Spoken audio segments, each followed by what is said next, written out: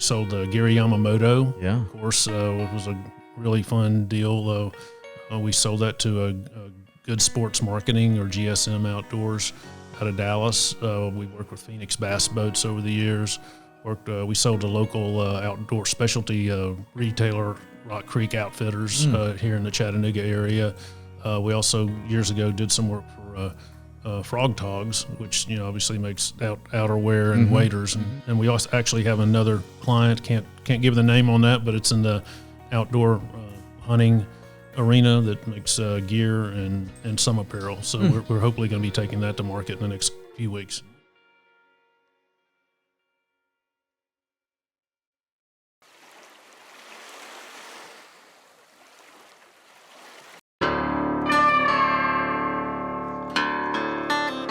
This is the Tom Rowland Podcast.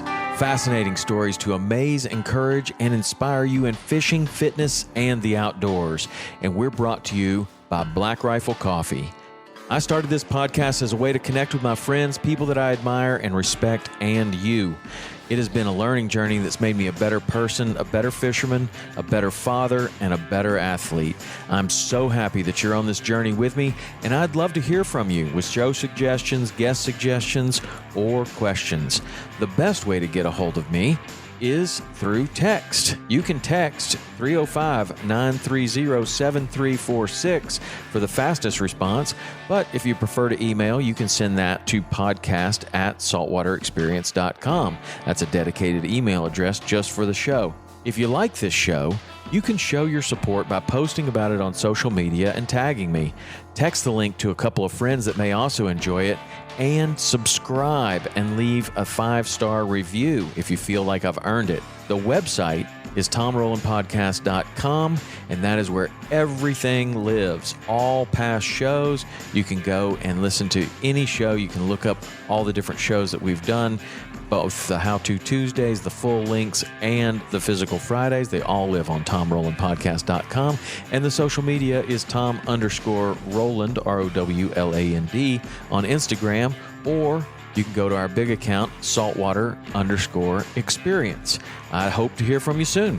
So now, let's get on to today's show.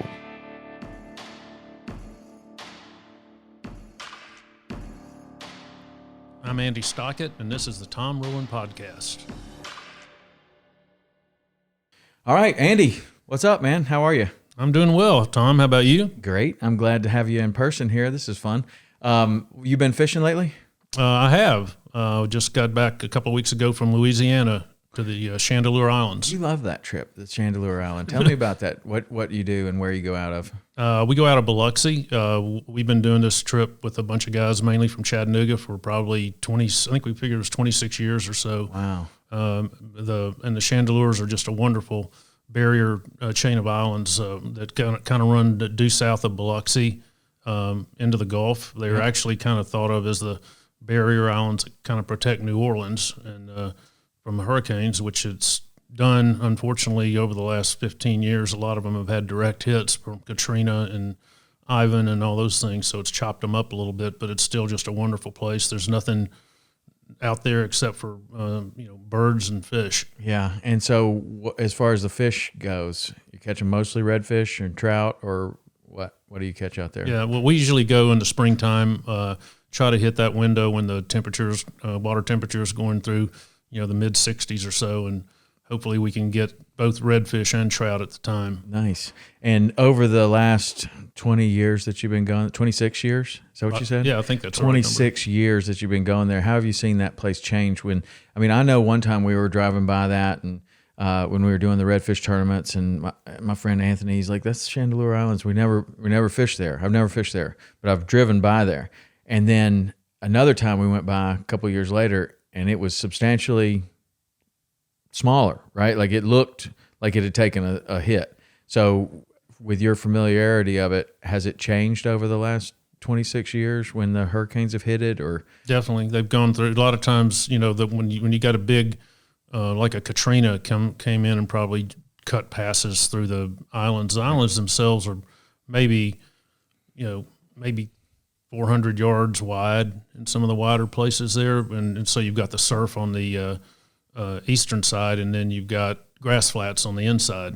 And unfortunately, when they take a direct hit, you get that big storm surge, and it can, kind of cut a hole, a new pass in there, which can be good for the fishing the next year. Right. But the other side is it can sometimes push a lot of sand over onto the grass flats. And there's been talk about restoration of grass flats out there recently. So much of Louisiana, the last time I went there, my friend told me where we were, and I was like, man, I don't even recognize this place, because he's like, yeah, we used to fish way out there, and the marsh has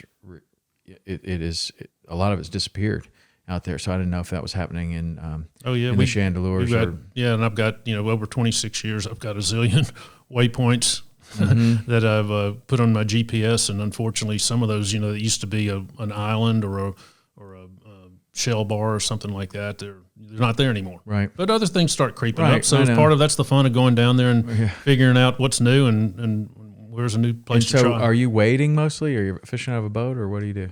I'd say when I was a little younger, we would be it was a little easier to hop out of a 14-foot skiff and kind of go around the flats and sink into the mud and all those kind of things. We're probably doing a little bit more drifting these days. I gotcha. Well, that's a real pretty place. That's kind of the equivalent, I think, Louisiana's Marquesas Islands or something, where you go out there, there's no development, it's beautiful. It's a can't miss kind of place. Like, you're going to have an awesome trip. And it's great.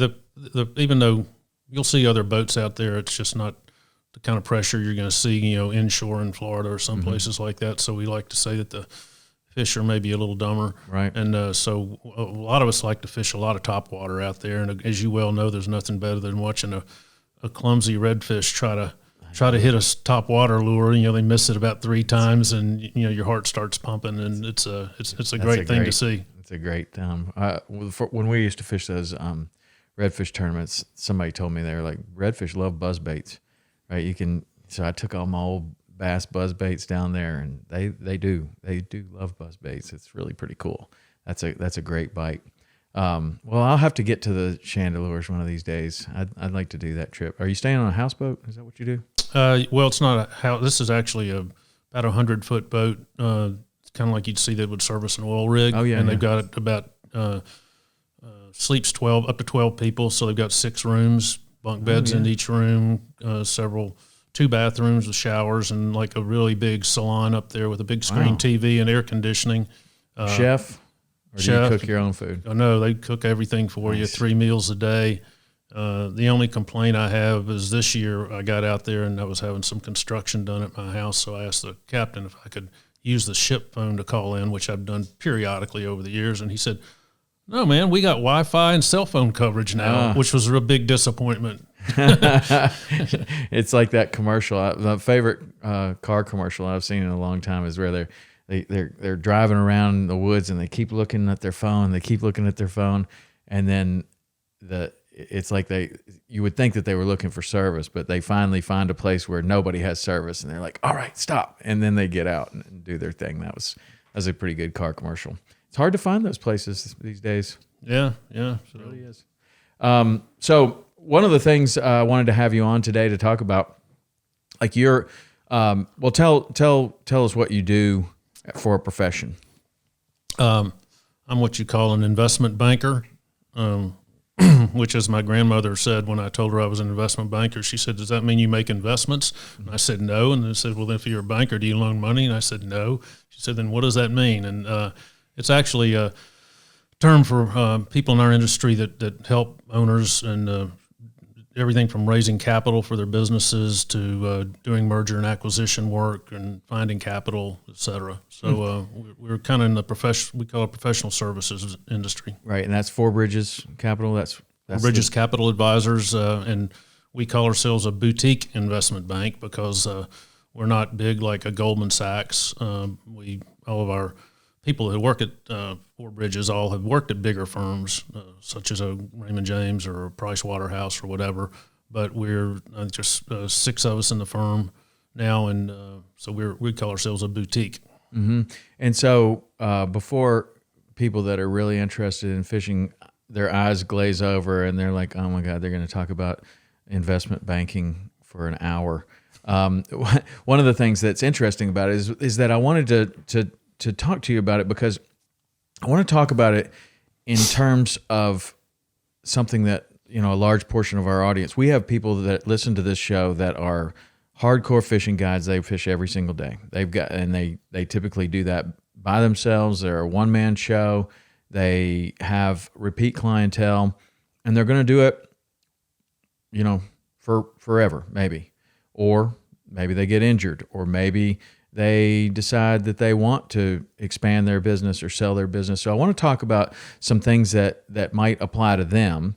And of course, we have other people that are on the other end of the boat, right? You got the guide in the back of the boat, you got the CEO in the front of the boat very often. And those CEOs also might be thinking about, well, it might be time to either expand my business, and in order to do that, I need some help to reach the growth that I want. And what does that look like? A lot of people haven't ever gone down that road. They don't know. And that's what you do. And in addition to that, what you helped us with the first time about 10 or 12 years ago, we had some ideas on expanding out to doing other shows. Like we have Saltwater Experience and Into the Blue. And this was when we were just thinking about, like, should we even think about doing Into the Blue, or like, what does that look like? And then even on the charter service, we were like, well, how many boats make sense, and how many boats just start to not make sense, right? And you really helped us with that, like with box economics and looking at like systems and processes and the whole works. And so let's talk about first, like when it comes to like the CEO that's thinking about doing something. They're thinking about either taking on a partner, they're thinking about monetizing their business, which would mean a sale or an acquisition, and what that looks like from your side. Like, how do you help people to do that? Well, it's kind of like, as you said, you're talking about the guides that are out there. We take the role of a guide, as not to get too into the weeds on analogies, but it is a journey. And when somebody decides it's time for them to make some kind of transition of their business, it's a complicated process. And the good news for business owners is that there's a lot of options out there these days. Maybe 15 or 20 years ago, somebody had a metal bending business that they founded in their garage 20 years ago, and now they're getting older and thinking about slowing down a little bit, but maybe they don't have children that can take over the business. So back then they would maybe just call up a business broker and you try to quote list their company and see if you can find a buyer. Now, a business broker would be the equivalent of a realtor. Like, we're just going to represent you, and we know we have contacts with all these different people, and we're just going to kind of represent you, as opposed to what you do. Yeah, but the business brokers typically do it as a listing, so they put it out on their website or whatever. And as you said, they might have contacts where they've had 15, 20 people have said, hey, I'd like to buy a business. Keep me in mind if you ever get a business to sell. And typically these are going to be smaller businesses, probably doing, $1 million in revenue or less. We tend to focus on companies that are more in the $10 million range. And that when you get to that size, you can really go after so-called institutional buyers, which could be bigger strategic buyers, which means they're in your same business, but they're much bigger than you. It could be a publicly traded company, or it could be a private equity fund, people that have gone out and raised pools of capital from high net worth individuals or endowments, et cetera, et cetera. Mm-hmm. So that wasn't available probably 15 years ago for companies of that size, but now it's there's a lot of options out there. That's interesting. You've had success in the fishing kind of boating fishing business, right? Like, you have helped other companies, right? We have. That's one thing I really like about my job is, although I do have a passion for what we call our hook and bullet practice, we also, we go across a lot of other industries: manufacturing, building products, distribution, specialty construction. But over the years we worked with. We sold Gary Yamamoto. Yeah. Of course, it was a really fun deal. We sold that to a Good Sports Marketing, or GSM Outdoors, out of Dallas. We worked with Phoenix Bass Boats over the years. We sold to local outdoor specialty retailer, Rock Creek Outfitters, here in the Chattanooga area. We also years ago did some work for Frog Toggs, which obviously makes outerwear and waders and stuff like that.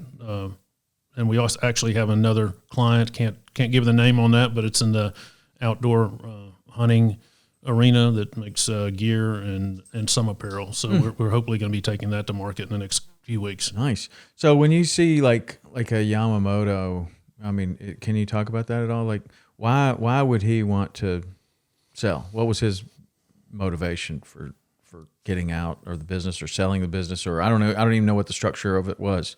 Yeah, I can tell you a little bit about it. Obviously, I don't get into too many specifics, but Gary obviously started the business back in the early '80s, and came out with the Senko, which I think has been classified by several people as one of the top 10 bass lures ever. But he had run it pretty much as a lifestyle business, and he was in his getting up in his mid to late 70s. Had a ranch in Texas where he raised his Wagyu beef or whatever, and over time he started getting approached by some of these private equity firms that we're talking about, or some of the other strategics that are already in the business and liked his brand and wanted to buy it. So he had already had a couple of parties reach out to him, and through one of our referral sources, they said, you ought to talk to the guys at Four Bridges. So we got involved and proceeded to work with some of the people who had already approached him, but we broadened the process. And the interesting thing about the eventual buyer is that they weren't on the original list because they'd been primarily doing just hunting. So you got back to saying, why would you hire an advisor? Right. And sometimes it's because the best buyer is not the most obvious one. Oh, yeah. Yeah. And that's what, I guess that's what you guys do, is like go out there and with the contacts that you have and the experience that you have, you show it to a lot of different people or get it out there where, I mean, it might not have been obvious to that person either that would be the buy that they should look at buying that, right? That's right. And again, it's a little bit of the analogy for reading a trout stream or something like that. You got to go out and figure out, are they going to be in the bubble line today? Are they going to be in the eddy? Where are they going to be? What rock are they going to be behind? And then beyond that, you got to figure out, how are we going to dress up this bait and put it out there? Are you going to go with a nymph today or topwater or whatever? Right. So that's what I like about the business. That's cool. And so another thing, like when it comes to like a fishing guide, like the other scenario that we talked about, like a fishing guide or an outfitter or a hunting guide or some sort of an outdoor guide, right? Like a lot of people like that listen to this podcast. They create a business. It can be pretty profitable. It could be a lot of hard work, but it can also be a one-man show. And so what I've seen with a lot of the fishing guides that end up moving on or retiring or whatever is they just kind of walk away. They haven't built their business in any way to sell their business or to transfer their business. And so when they walk away, there's no value to it because all of their customers wanted to fish with them. And I just wonder, like, when you have a young guide that's listening to this and it's like, okay, well, I can run my business a bunch of different ways, and I can just make some slight changes that could make major differences if I ever decide I want to get out. And I just wonder if you could kind of think about some of those things and like what kind of advice would you give a young guide like that to where they could build something that was actually transferable and valuable versus building a great business and a great reputation and winning a bunch of tournaments and then having something that is worth the value of a bunch of old broken fishing rods and a maybe whatever their boat's worth. I don't know. Like what things can you do in a small business like that to create value to where you create a business that is something that somebody else would want to buy? Maybe it's another guide coming in, or maybe great question. Well, you and Rich are certainly poster children of figuring that out. You know, having gone from your backgrounds of guiding and then being on the professional fishing circuits, and then figuring out that's good, fine and good, but what's the next chapter? Right. And that was And I think that's what we enjoyed about working with you guys when we did it, as you said, 10 or 12 years ago, is to say, we've got a business or we're getting income, but what do we do to make this thing sustainable? And how do you professionalize it? And that's part of the exercise that I think we went through with you guys. And I would say that to the young guides that are out there, look, I'm in the same boat too. We're all in the professional services business. And if you're a guide or you're an M&A guy like me, you got clients that you got to serve. And hopefully if you're a young guy, you ought to start looking at it as a business, not just as hey, I'm out on the water. It's great, because as you well know, the years go by pretty quickly. And so how would you do that? How do you look at it? Like it's really easy to say that, especially with your background of dealing with businesses all the time. But somebody that is doing this may not really understand what that means. Like, how do you look at it as a business? Like, what are the things that they should be paying attention to? Well, so many people run their even manufacturing businesses that we deal with. We say that they're running the business out of a cigar box, which means at the end of the month they look in the old cigar box, and if there's money in the cigar box, it was a good month, right? And that was it. And what I would suggest to anybody, guides or anybody in the professional services industry, is to start running it with a business. Create a P&L for your income statement for your business, and look to see what your revenues are coming in on a weekly, certainly at least a monthly basis, and starts figuring out how much money am I making, how much money can I start socking away into a savings account or an IRA or whatever for the future. And then obviously, if you're a guide, you've got some fixed assets that you got to deal with and inventory. You've got a boat, you've got a truck, you've got equipment, you got to go buy bait or whatever, So, and perishables like line and leaders and things like that. I would just urge people to, go find a good bookkeeper or CPA. It doesn't have to be, a major Price Waterhouse or something like that, but just say, look, I'd like to professionalize my business and start thinking about what I've got. And then from there you can try to think about other things you can do to extend the business. And so when you're talking about getting the bookkeeper or maybe it's just you, like QuickBooks, right? Like you could just get a QuickBooks and try to figure out how to do it on your own. The things that they're looking for, like, how do you professionalize that business instead of running it out of a cigar box like you're talking about?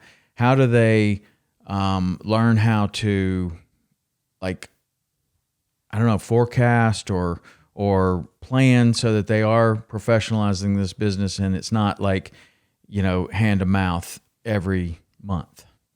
Well, you said, can you do it yourself? Well, it's kind of like me saying, yeah, I can go down to the Keys and rent a boat and try to go catch the fish like Tom Rowland does, but I'm not Tom Rowland. So, again, I would tell those guides to stick with what we say are your core competencies, which is on the water, taking care of your customers, but get some professionals to help you that do this day in and day out. If anything else, they can challenge you to say, if you got somebody that's objectively helping you with your books at the end of each month, when you sit down and go, hey, I think I'm going to go buy a new truck, they might look at and say, now, wait a second, let's look at this income that you have right now. Are you sure you want to go in and double the payment that you've had on this old truck right now? Is now the time to do that? And by the way, how's your health savings account looking right now? Do you have enough money that's going away for that? So what type of professional would that be?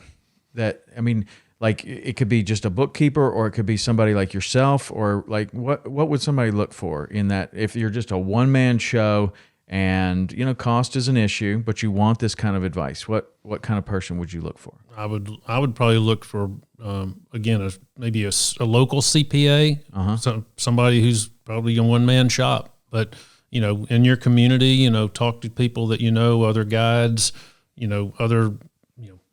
Go to the marina. Whoever you're talking to owns the marina. What a dealer. Just find somebody. I mean, they're out there, and with the internet, with the technology that's out there, there are so many virtual assistants that you can get now. So right, I would urge them to take a look at that. And then like that is the thing that I see a lot is you see a guide, and there's 365 days a year. So you can only fish that many days. Now you can do double days, do triple days, but I don't know. You see a guy with a brand new boat, brand new truck, kind of wondering how that adds up. And maybe is that a good way? I mean, maybe if it is, awesome. Fantastic. Maybe you figured out how to do it. And there's lots of deals that you can work with the boat companies and other things to where you can get a new boat every year and it's not just killing you. But for some people, it's a bad choice. And that kind of advice that you can get where somebody's looking at how your year lays out, and yes, you make this tremendous amount of money at a certain time of the year, and then it thins out.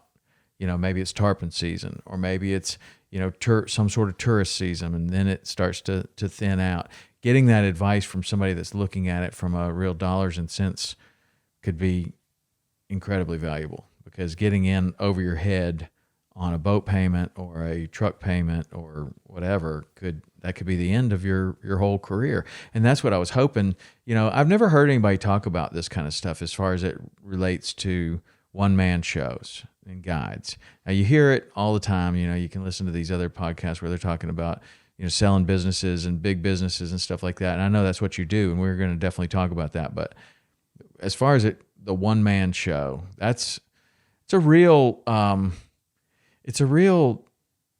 kind of challenge, because a lot of people get into this business thinking, well, I don't want to do all that. I don't want to do all that other stuff, so I'm going to do this.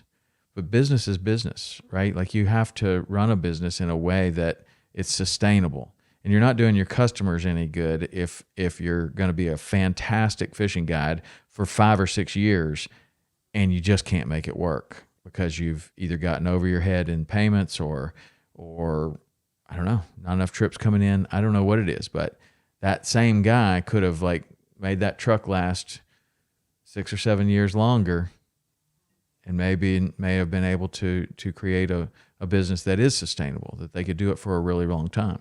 So that's some of the mistakes that I've seen people make, is getting over their head in payments, and that happens in every profession, in every business. Well, you touched on it again. I would just say take a step back and look at it as a business, and think about when you get that boat and you get that truck, it's no different than a manufacturer buying a new piece of machinery. Mm-hmm. The day he gets that and he starts putting product through there, that machinery is depreciating.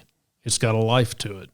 And so what people can tend to do, even in their personal lives, is they go buy a new car and, they don't think about it. And then all of a sudden it's 6 years later and the transmission goes out on it, and they haven't set any money away to take care of that transmission. And it winds up being, a fire drill to get it taken care of. So I would say do those same things for your guide business, and say, I've got these fixed assets, but they're depreciating every month, and you should be setting aside money every month to take care of that rainy day thing when an engine goes out, or live well's got to be replaced or something like that. And just be thinking about it that way.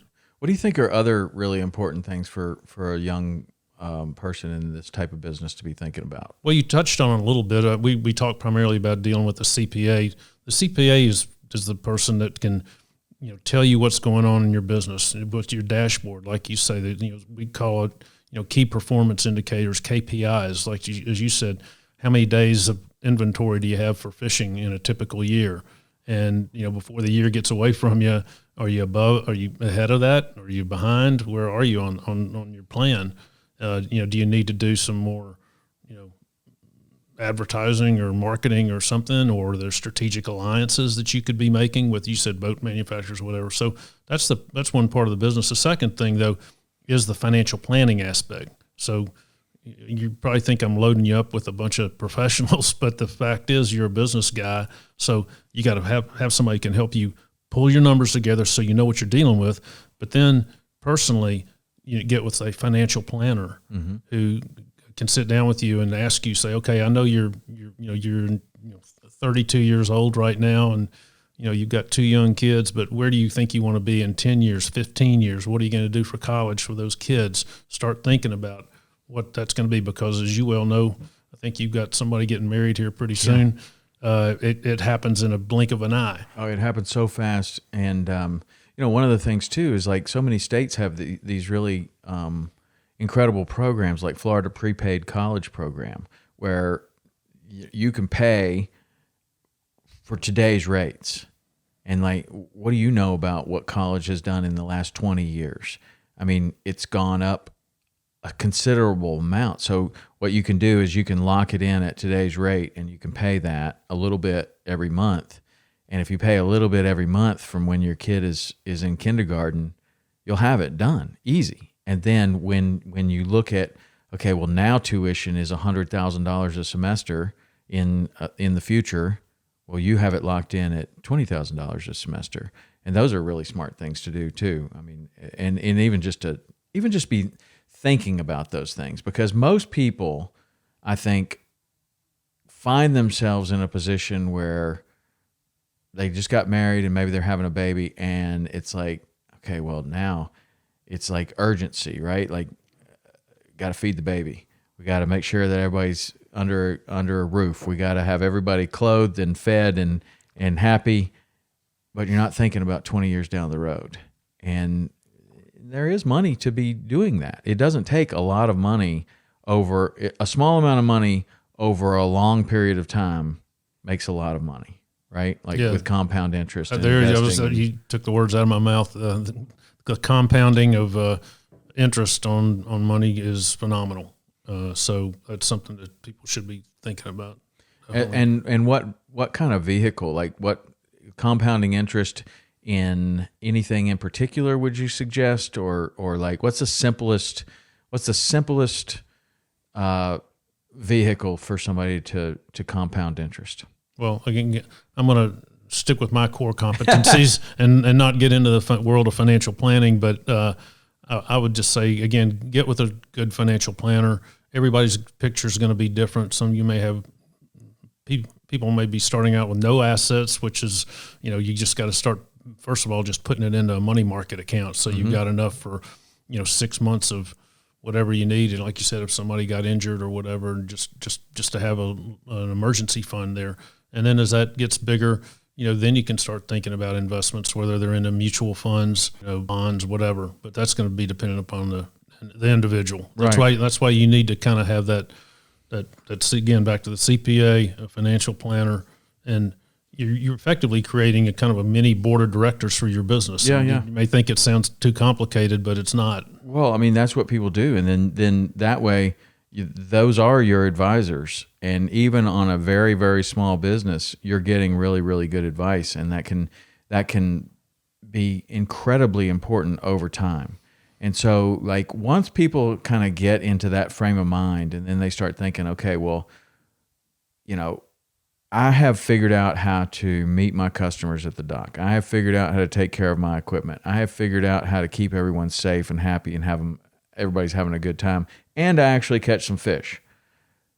Now it's kind of like, okay, those things are all kind of default for a lot of guides. Now I want to think about creating a business that has some value to it. And that's a real hard thing for a lot of people to get their head around, is like there could be something in your business, even if you're just a single sole proprietor, hotshot fishing guide.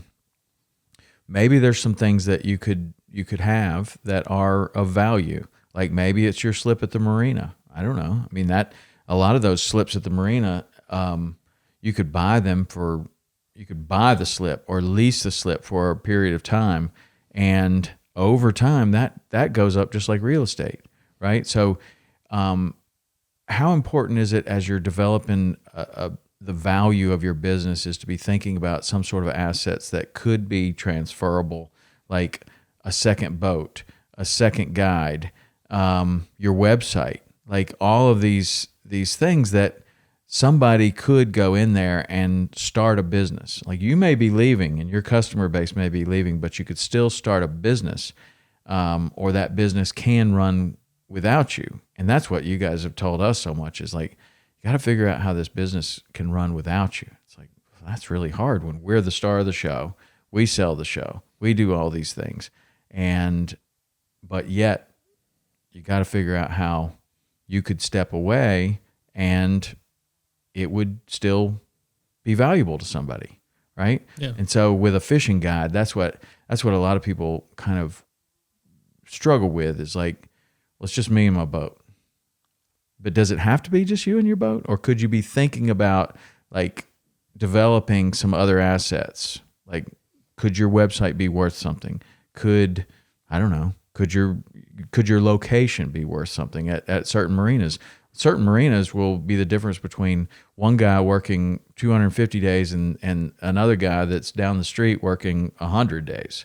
And just because there's more traffic at that marina. So that slip is super valuable.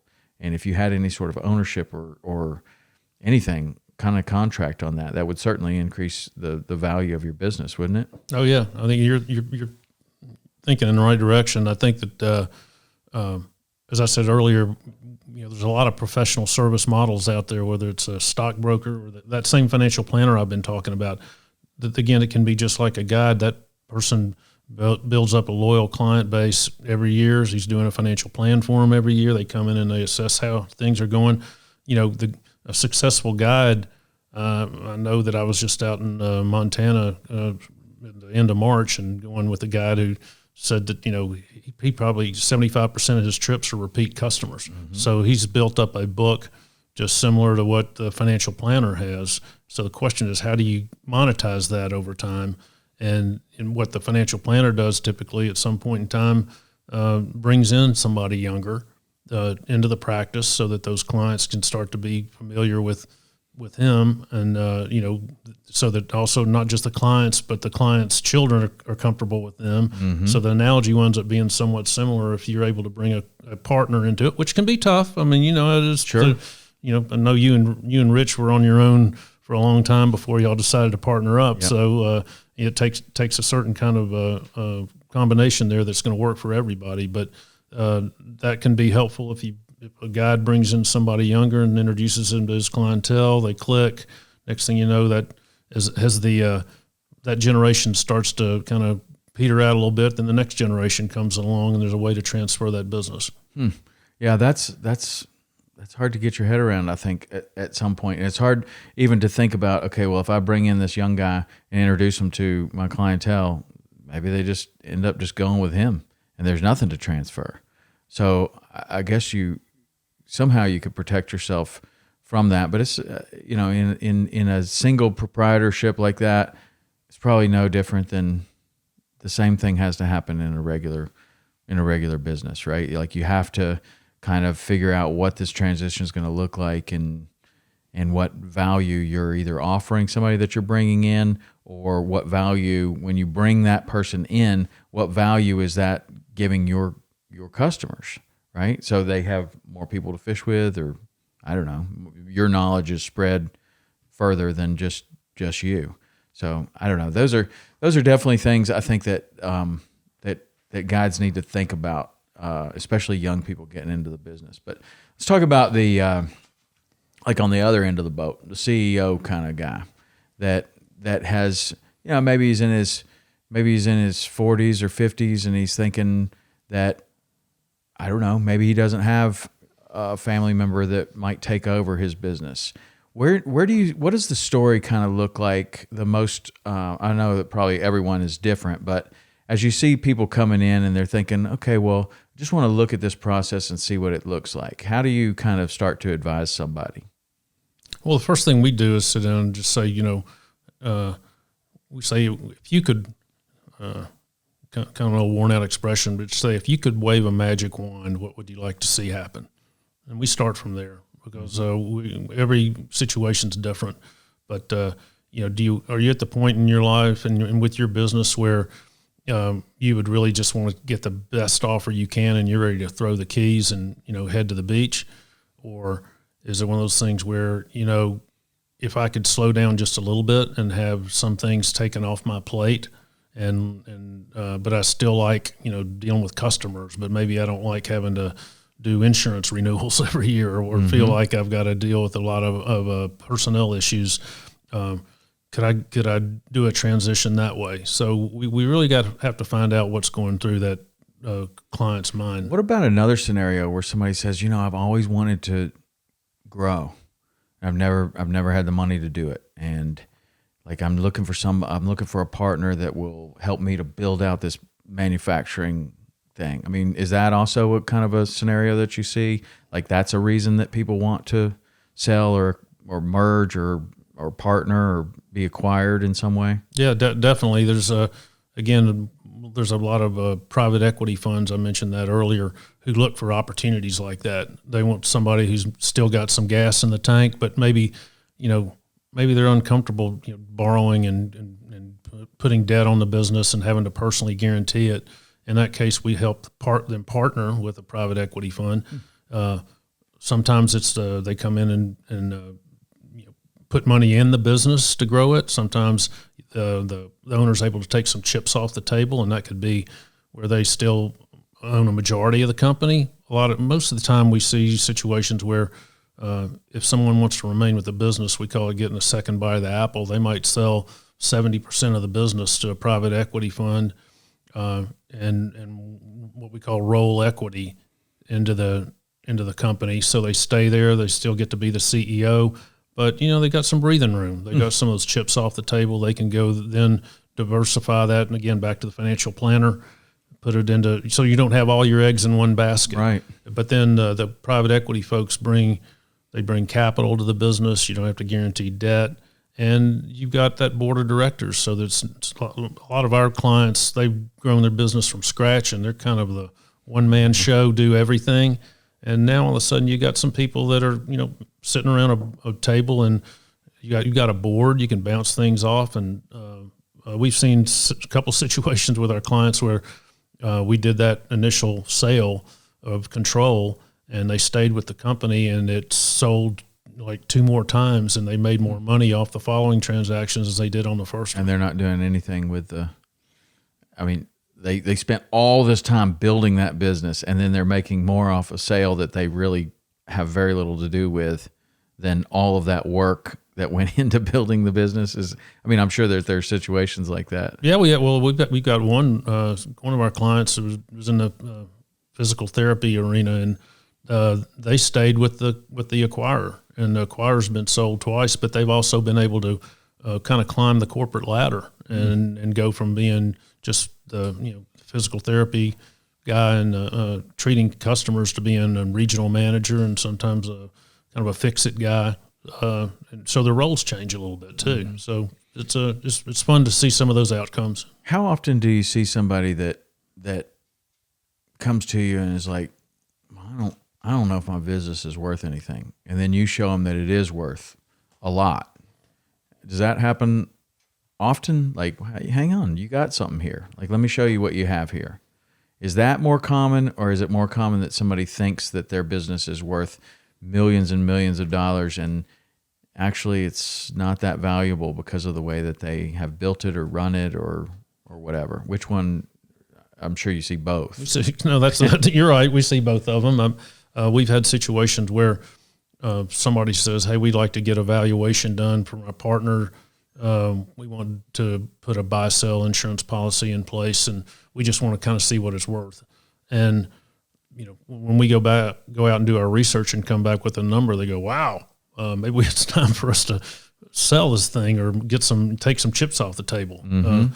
And then, as you said, on the other end of the spectrum, somebody always hears, at the country club that somebody's business sold for 10 times cash flow or something. So they immediately think that their business is worth that. But, there's a variety of things that go into what a business is worth. And, we certainly can give people a realistic picture of what it looks like, and circle back again to the financial planner. Because if somebody's in a vacuum thinks their business is worth X and that they're just going to retire one day, and they're counting on that nest egg, and it's really only worth half of that, it'd be nice to know it sooner versus later, and also identify if it's not where you think it is, what can I do to improve it? That's really important, because a lot of ways, what I've learned in working with you guys and everything is, like, you can think your business is valuable and you can think what people will pay for a business or whatever, but it's like, that may not be, right? And if you just ran it differently, or if you focused on different things, you could create something that is actually worth something. And it wouldn't be that much different in your day or in your year or your anything, like, but you're thinking, okay, well, let's build something that's worth something, as opposed to just building something that looks really cool or that I enjoy doing. And that's where the advice comes in, like of, well, these are kind of the things that people are looking for.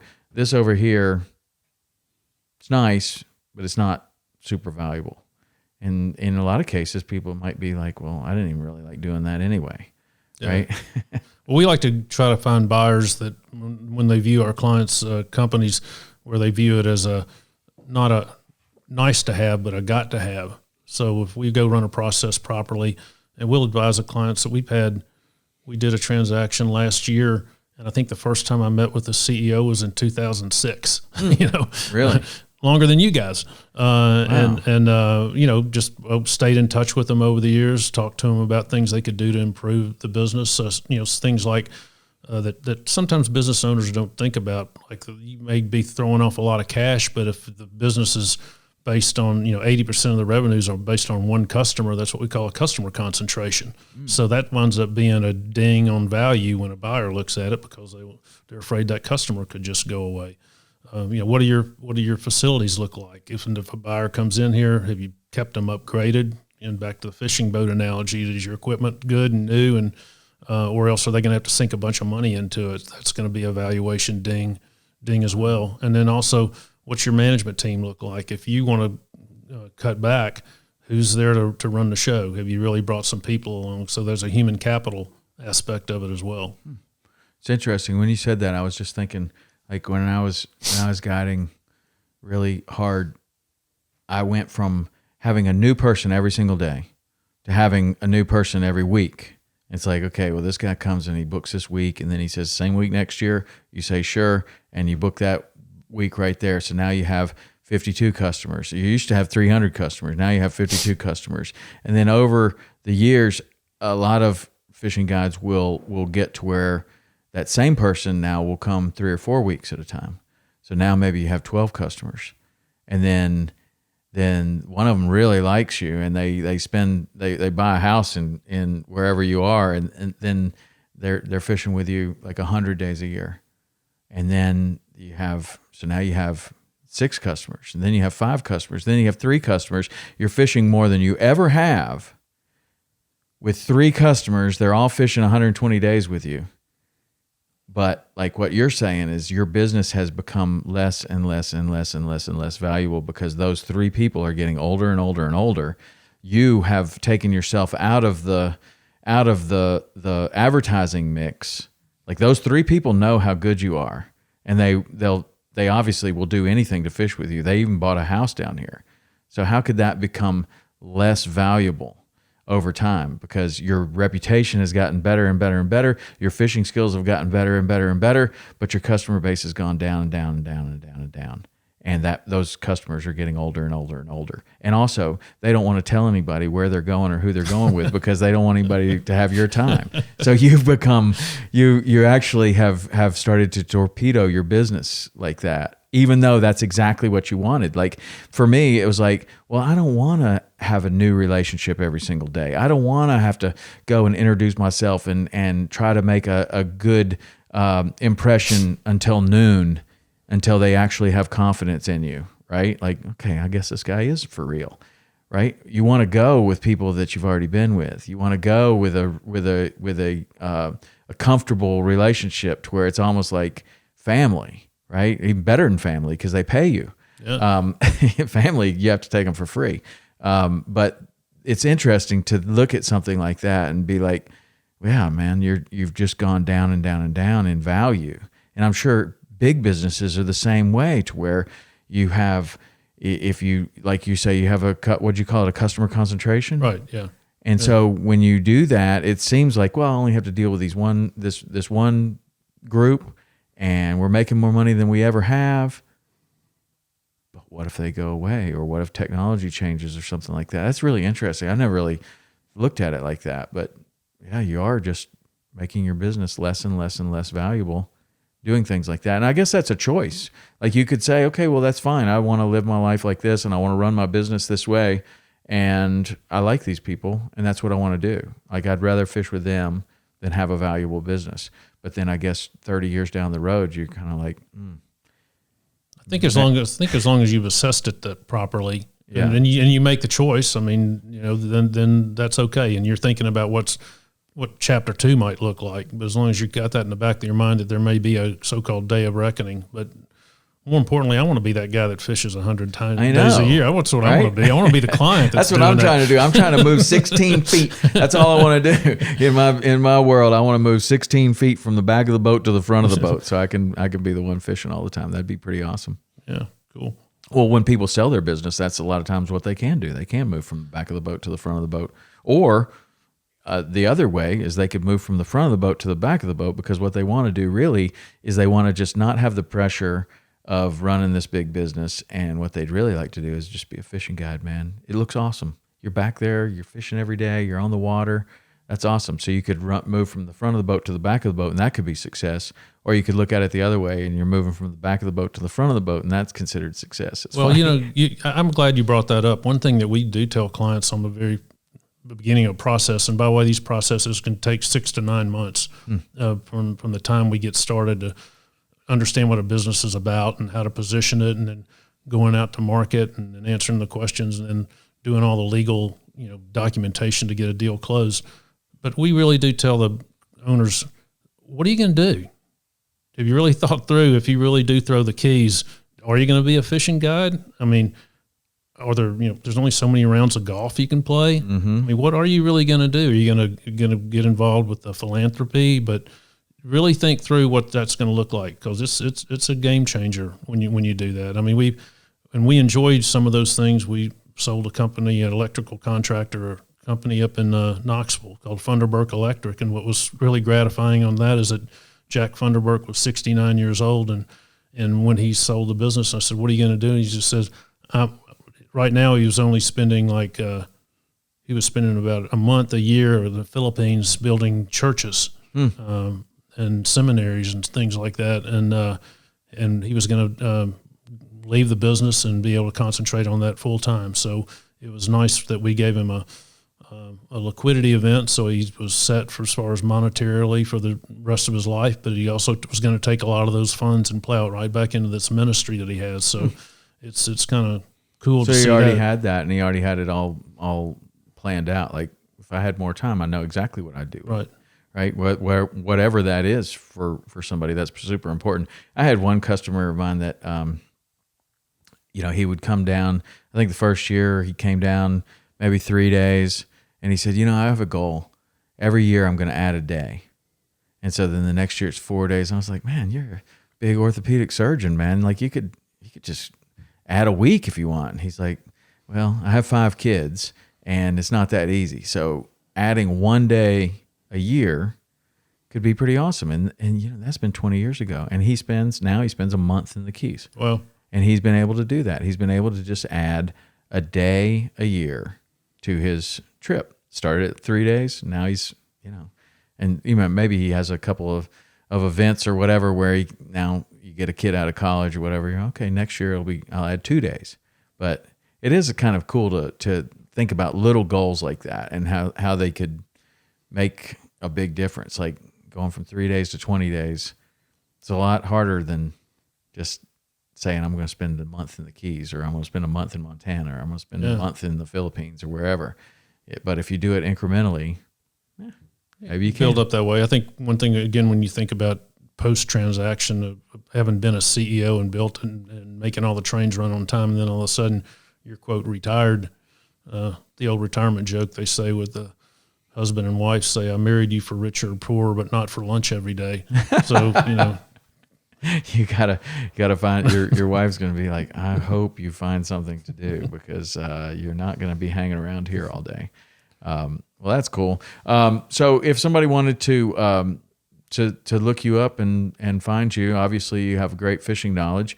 You're an easy person to talk to. You can go fishing, and a lot of people take their clients out and go play golf, but you can actually take your clients fishing. And you know what you're doing. So if somebody was interested in that, what would they do? What's the process look like to just like, they're like, I don't know if I really want to sign a contract or anything, but I would like to, have lunch and talk, or maybe we go fishing and talk about, this business that I have. Like what does that look like? Is that what you do? Yeah, again, I've been doing this a long time. I've also, took a detour out of the deal business to help grow a restaurant company from up to about 90 million of revenues, which we then sold to a private equity firm. So I kind of know what the process looks like on the other end. And I'm probably like a successful guides that you were just talking about before. If we go through this process, it's going to be a 6 to 9 month process. It's going to be filled up with emotion. It's going to be highs and lows. You're going to get some big, offers come in, then all of a sudden they change the offer. There's a bunch of things that go on. So during the 6 to 9 month process, we're going to be living together. And it's kind of like thinking about guiding somebody for 3 days. You want to make sure that there's some good chemistry there. And so we do like to spend a lot of time with people up front before we sign any kind of engagement agreement, of finding out what their objectives are and whether or not we think would be a good match with them, and they be a good match with us. So, you can look us up, and we have a website, fourbridgescapital.com.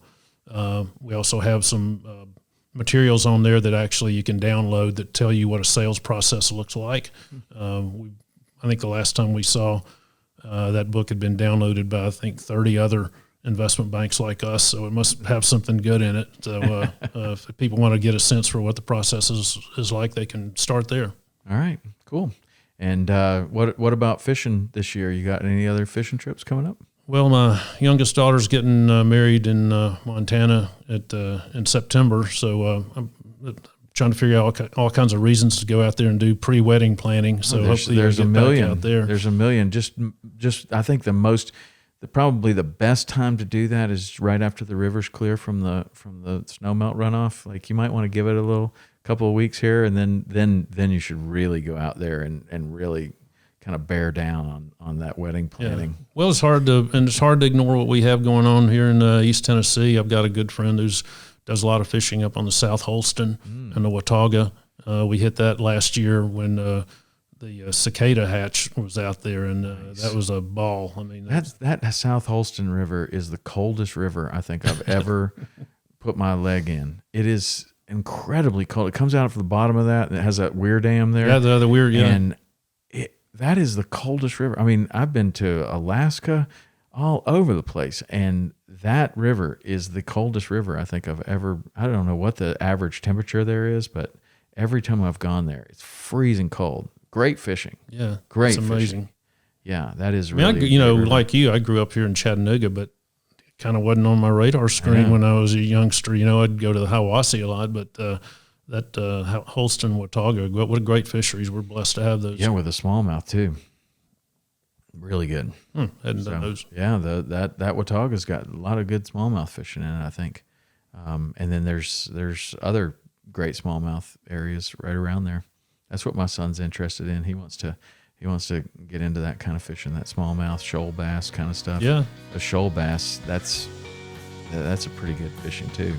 A lot of guys are into, but it's these beautiful little rivers, and you float down and catch those fish. Yeah, pretty awesome. All right, Andy. Well, thanks, man. I appreciate you coming and give us some advice, and we'll do it again. Cool. Thanks for having me. All right. See ya.